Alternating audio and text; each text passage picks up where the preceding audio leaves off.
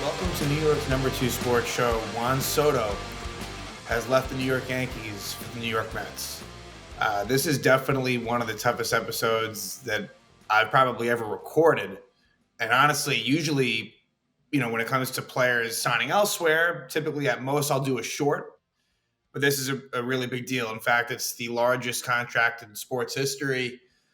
15 years, $765 million for Juan Soto. No deferred money. There's escalators included that could take the deal to over $800 million to an $800 million threshold. I believe there's an opt-out after some sort of opt-out after year 5. I'm not going to get into the particulars of that. This is going to be a different type of episode than usual, knowing that Soto is leaving the Yankees. But this is a changing of the guard in the sense that, whenever the Yankees have really wanted someone, they've typically most times been able to retain that player. And not only does he leave the Yankees, he goes to the crosstown rival Mets. So it's a lot to process. It's not good. There's no way around it. And look, is it like an absurd contract? It is. But if the Yankees had signed him, I would have been thrilled, right? So you have to be fair about that. You can't just pivot and say, oh, well, all those years, all that money. No, I mean, if you're a Met fan, you deservedly should be thrilled. I mean, Juan Soto really, is one of my favorite hitters that I've ever seen. And we saw that on full display in this past season. And obviously, he's not a perfect player. I mean, his defense leaves a lot to be desired, not a great base runner and all that. But as far as just a pure hitter, I mean, really one of the best we've seen in a very, very long time. But the Yankees, here's the thing, too, in terms of where blame and hatred is going to be directed, I think from Yankee fans, probably mostly towards Soto. It seems like Hal Steinbrenner really put together a very competitive offer, truly, if sources are correct.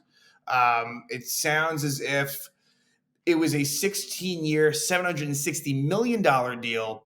So actually one more year and around the same overall money. The difference is, and again, this all sounds crazy, but $51 million per year average annual value to the Mets compared to $47.5 million for the Yankees. So that is that is the main difference. But still, ultimately, he was going to go where he got the top offer, and it was from the Mets. And I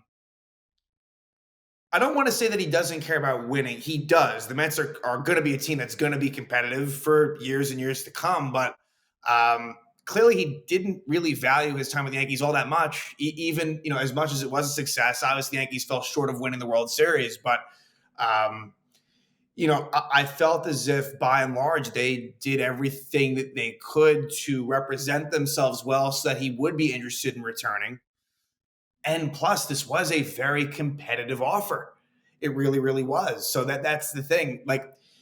Will Hal get blame in some circles? Probably, right? And I think maybe more so down the line, if things don't go well, it's why not take it as far as it could possibly go? I mean, a decision has to be made at some point. But I think, with rational mind, I think people probably aren't going to criticize Hal Steinbrenner that much, but of course he's a big topic of conversation. Steve Cohen was able to give Juan Soto the offer that he was looking for. And he's definitely going to help the Mets quite a bit. And for the Yankees now, plan B is not one that really feels all that appealing. And so, we will discuss moves that they make. And I think that the Yankees, they're still going to be a good team, right? This doesn't mean that, okay, now they're going to be bad. The Yankees, they will find their way to putting up a quality team out there. But as far as, championship aspirations just really, really feel like how? The American League right now seems like it's not in a great state. So I think that they can find their way, through the American League. And then at that point, all it takes is just one best of 7 series to get there, but also their chances of reaching that have dropped. I don't care what you do from here on out, those chances are diminished. And here's the thing, you would have had Soto for years. Now, look, by the end of it, would it have not been ideal? Probably. That's how, these long-term contracts, even the ones that look great, typically by the end, it gets ugly. But I'm not talking about that. I'm talking the next 5 to 10 years. Juan Soto being on the Yankees would have always put them in a position where they would have a chance to do something special. And for him to go to the Mets, I mean, he is going to be crucified by Yankee fans, um, and I don't blame them. I really don't. I mean, when he comes back for the first time, he's going to be booed like crazy at the very least. Um, that's just the way that it goes, and I think that you know he he definitely must have liked his time in New York, going to the Mets, but not to stay with the Yankees. So it's something that we haven't seen. This is a change. This is a big change because, like, Robinson Cano is different. I really feel as if the Yankees wanted Cano back, but to not go to they didn't go to the fullest extent. And look, it didn't really work out for the Mariners. That ended up kind of being a disaster. Not to say that Cano couldn't have been good with the Yankees if he stayed there, but like that's the only other time that I could think of anything that was even somewhat comparable. And this is way different. Juan Soto's on a different level. And again, like if he went to the Dodgers, let's just say, it would have hurt in a much different way because the Dodgers are obviously this amazing powerhouse team. But he goes to LA, you don't have to deal with it. Him being in New York as a Yankee fan, you're gonna have to deal with that all the time. So it's going to be in your face, right? And so then there's that debate of, okay, what's worse, going to the Red Sox or the Mets? And I understand, look, I'm going to be honest because it'd be easy for me to say, oh, yeah, it's worse if he went to the Red Sox. I don't really necessarily know that in terms of how it feels and just the exposure. Yes, he's not in your league. And so for that, that is a good thing. For sure, for sure. And I understand, hey, if people say it would be worse if he was to Red Sox, I get that. I'm not going to fight you on that. But I think that go to the Mets, that's a bad scenario. Really, really is in terms of it's a PR hit for the Yankees. It really is. Like if they were viewed as this team that gets everyone that they want, that's no longer the case anymore.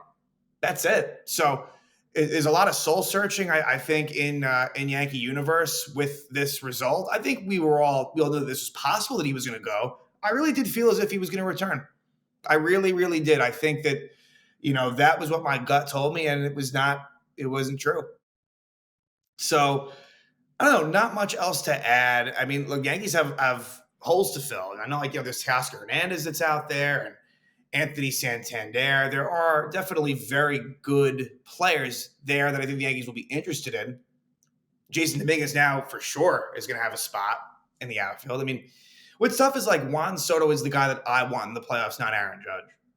And so Aaron Judge, obviously his meaning to the team only increases. Like he is the guy, which he had been, but like he is the absolute guy.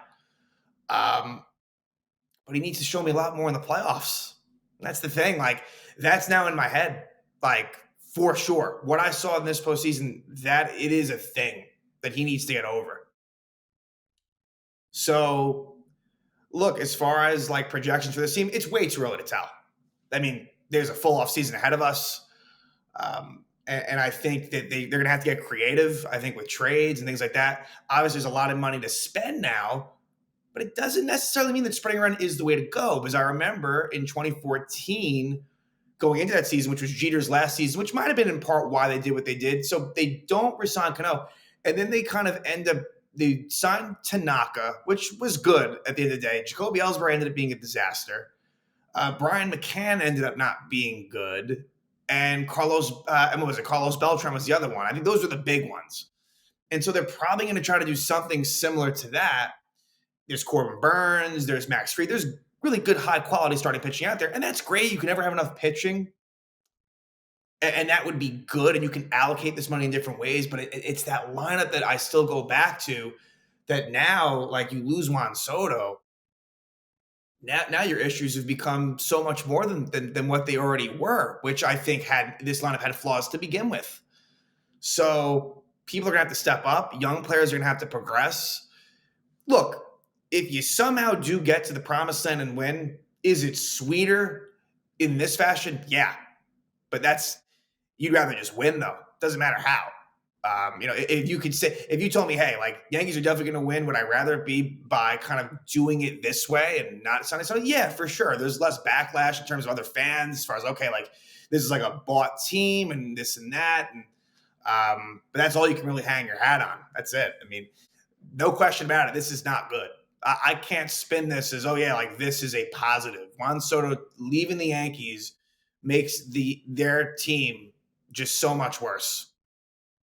And so now we see what happens. But wanted to talk about it again. 15 years, $765 million for Juan Soto. Again, that is $51 million per year. Again, he blows past Shohei Ohtani's contract. No deferrals for the Mets, but again, don't want to get into the contract minutia. And Yankees, again, their offer was 16 years, $760 million, $47.5 million AAV. But it was not good enough. So Juan Soto's staying in New York, but he will not be in the Bronx. He's headed to Queens to play for the Mets.